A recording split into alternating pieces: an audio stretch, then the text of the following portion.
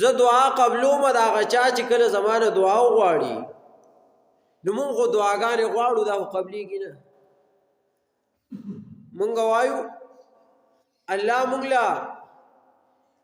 یو خمبه سره راکې ښکلی ګاډی راکې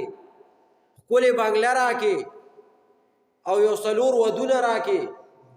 دا هر څوک دا دعاګانې کوي خو لکه قبلېږي نه قبلېږي نه نو دا ولې وجه څه ده یو د دې موږ درې جواب کوو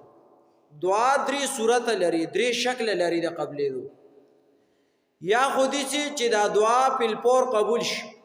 اکار وشي یا داسې چې د هغې په بدل کې ولا الله اجر او ثواب ورکړي نیکی ولا ورکړي دریم دا چې دا دعا د قبوله شي نو دې چې څه غواړي هغه نعمت دته حاصل نشي خو په ده باندې یو عذاب راتلو واله دی یو سخته پرې راتلو واله ده نو هغه سخته د ده نه دفع شي په وجه د دعا باندې درې صورته ته وپېژنتو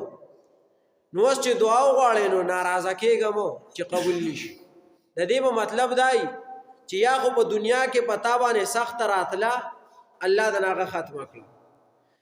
یا د دغه دعا غ ثواب تعالی آخرت ته الله پرېښود په آخرت کې به د هغې اجر درکړي او چې ډایرکټ قبول شي جو بیا هم چې دی نو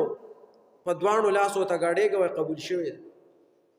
او خانده ورته خوشحالېږه ورته چې او ټوډي مې غوښتې او ټوډي راکړی دی نوکري مې غوښتې او نوکري راکړې ده